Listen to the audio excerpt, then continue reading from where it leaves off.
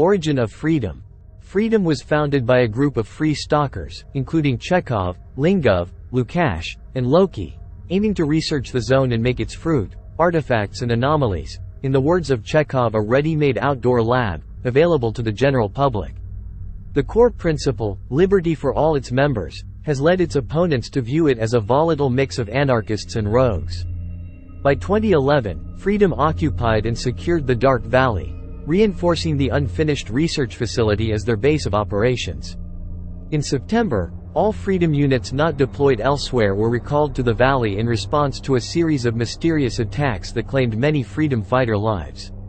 As discovered by SCAR, these attacks were the work of a group of mercenaries hired by an unknown employer, who used their mole, Commandant Lingov, to plan raids on Freedom positions. With SCAR's help, the mercenaries were driven from the valley and entrances to the underground tunnel network collapsed. Elsewhere, in the army warehouses, a separate detachment under the command of Kostian has set up operations near the western passage to Red Forest. Their plan was simple: eliminate the weak military presence in the warehouses and claim them for the faction. The soldiers were stranded in the base following the second emission, unable to call for reinforcements or extraction.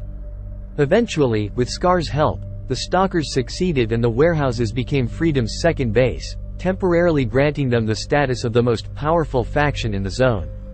This did not last. Freedom had spread its forces too thin in the course of its conquest and the war with duty. Bandits led by Barov exploited their weakness and pushed them out of Dark Valley, claiming it for themselves. In response, Freedom moved its headquarters to the army warehouses and recalled their forces from all territories south of the Bar.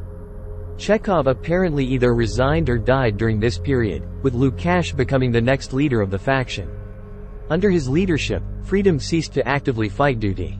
While relations were still hostile between the two groups, both Lukáš and General Varanin were reluctant to continue the war, as it would weaken both factions for no real benefit. Another factor was that Freedom took it upon themselves to maintain the barrier and defend it from mutants and monolith fanatics attempting to breach it. When Strelok shut down the Brain Scorcher, Freedom instantly sent a large, elite detachment of troops to scout and secure Pripyat. As duty did the same, the two forces clashed in Red Forest, neither willing to step back. This resulted in the first major engagement between the factions since the war in 2011.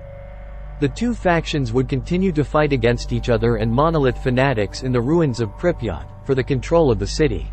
Furthermore, new territories became accessible in the north. Loki, a young yet brilliant leader, was sent together with a large detachment of troops to secure Yanov for the faction. They clashed with duty forces under Lt. Col. Shulga's command, but had the upper hand as they held the station. In the middle of the fighting, a duty member known as Zulu felt a blowout was coming. Reluctant to leave their sworn enemies to die in one of the most horrid ways possible, they let them inside the station and hunkered down together. Confused as to what to do in this situation, leaders of both detachments agreed to a ceasefire. While fighting outside the station was fair game, both agreed to treat Yanov as neutral ground and share its facilities. Locations of Freedom. Freedom members can be seen in Dark Valley, Army Warehouses, Yanov, and Red Forest. Relations with other factions. Freedom are neutral with loners, ecologists, in Call of Pripyat, bandits, in Shadow of Chernobyl, mercenaries, Clear Sky, and the military, in Call of Pripyat.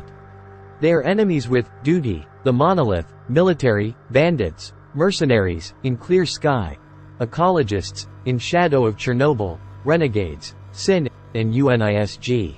Equipment of Freedom.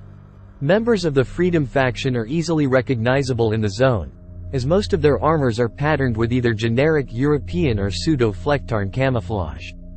Their primary color is green, supplemented by orange, exoskeleton. Freedom primarily wields NATO weaponry, such as the TRS-301, GP-37, SGI-5K and others. In Clear Sky and Call of Pripyat, members can be found using the AKM-74-2 and AKM-74-2U.